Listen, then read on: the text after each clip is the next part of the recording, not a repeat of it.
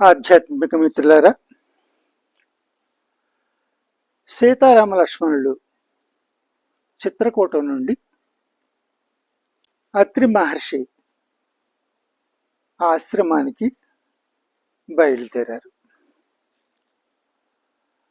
చిత్రకూటానికి మందాకిని నదికి నమస్కారం చేసుకుని అత్రి మహర్షి ఆశ్రమంలో మహర్షి దర్శనం చేసుకున్నారు. మహర్షిని అర్చించి వారు ఆయన ఆశీస్సులు తీసుకున్నారు. అత్రి మహర్షి అనసూయ మాత యొక్క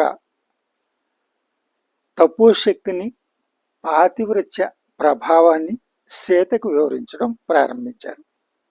సీత, ఒకసారి 10 సంవత్సరాల కాలం అనావృష్టి ఏర్పడి తాపస్సుల యొక్క అనుష్ఠానాలకు జలం లభ్యం కాలేదు. ఆ సమయంలో సతి అనసూయమాత గంగామాతను గూర్చి ప్రార్థించేటప్పటికి గంగామాత తన ఉపనది అయినటువంటి మందాకిని ఈ ప్రాంతాలకు పంపించింది అని చెప్పి నీవు అనసూయమాత దగ్గరికి వెళ్ళు, నీకు మేలు జరుగుతుందని చెప్పి అనసూయమాత దగ్గరికి పంపించారు. సీత అనసూయమాతకు నమస్కారం చేసి తన పేరు చెప్పింది. అనసూయమాత సీతను చూసి సంతోషించి, సీత, పతివ్రత ధర్మంతో శోభిస్తున్నావు. నగరంలో ఉన్న వనంలో ఉన్న భర్తను అనుసరించడమే పత్ని యొక్క ధర్మము. అత్రి మహర్షి శ్రీరామునికి స్మృతి బ్రహ్మచర్యం యొక్క వ్రత నియమాలను వివరిస్తూ, రామ, నీవు క్షత్రియ వీరుడువు. నీవు అయోధ్యలో ఉన్న అరణ్యాల్లో ఉన్న అందరినీ రక్షించవలసిన బాధ్యత మీ మీద ఉంటుంది. నీవు 14 సంవత్సరాలు వనవాసానికి వచ్చింది రామరావణ యుద్ధానికి సన్నద్ధం కావడం కోసం అనే విషయం గుర్తుంచుకోవాలి. ఎప్పుడైతే నువ్వు అరణ్యవాసాలకు వచ్చావో ఇది తపస్సు చేసుకోవడానికి మాత్రం కాదు, నీవు శారీరకంగాను మానసికంగాను నీవు పరిపూర్ణతను సాధించుకుంటూ ఇక్కడ వారందరికీ కూడా నీ రఘువంశీయుల యొక్క ధర్మాన్ని పాటిస్తూ వీరందరికీ సహాయపడుతూ నువ్వు ముందుకు వెళ్ళవలసి ఉంటుంది. దానికోసం అని చెప్పేసేసి నువ్వు బ్రహ్మచర్యాన్ని పాటించవలసిన అవసరం లేదు, స్మృతి బ్రహ్మచర్యాన్ని పాటిస్తే చాలు. స్మృతి బ్రహ్మచర్యం అంటే పతి పత్నులు, వయస్సులో ఉన్నవారు, ఋషులు కూడా వైవాహిక సంబంధమైనటువంటి అన్ని సుఖాలను పూర్తిగా అనుభవించవచ్చు.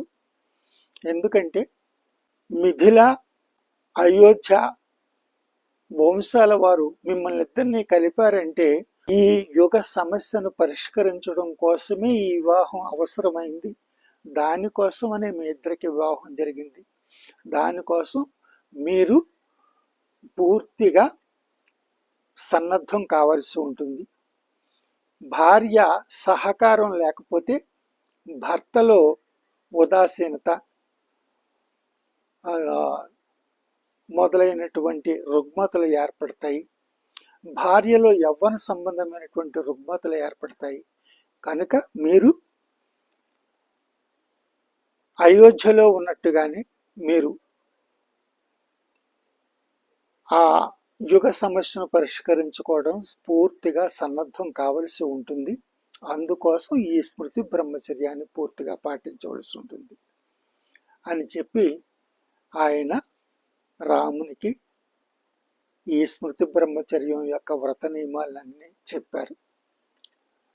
ఆ శారీరకంగాను మానసికంగాను ఉత్సాహంగా ఆనందంగా ఉండడం కోసం భార్యాభర్తలు పరస్పరంగా ఒకరికొకరు సహకరించుకుంటూ ఋతుధర్మాలను, సనాతన నీ వైదిక ధర్మాలను ఆచరిస్తూ ముందుకు వెళ్ళేటటువంటిది స్మృతి బ్రహ్మచర్యమని వివరించడం జరుగుతుంది. జితేంద్రియత్వం అంటే ఆ వైవాహిక జీవితానికి దూరం కావడం కాదు, వాటిని అనుసరించవచ్చు. వైదిక విద్యను నేర్చుకునేవారు పతిపత్నులు దూరంగా ఉన్నటువంటి వారు మాత్రమే బ్రహ్మచర్యాన్ని ఆచరించాలి అని ఈ విషయాలన్నీ కూడా వివరిస్తారు. ఇంతలో సీతామాత అనసూయామాత దగ్గర నుంచి వచ్చి అత్రి మహర్షికి, రామునికి ఆ నూతన వస్త్రాలు ఆభరణాలతో కనువిందు చేస్తుంది. మాత నాకు వీటిని బహుకరించారని రామునికి చెప్పి అత్రి మహర్షి దగ్గర ఆశీస్సులు తీసుకుని వారు విశ్రాంతికి తమకిచ్చిన విడిది దగ్గరకు వెడతారు. హరి ఓం.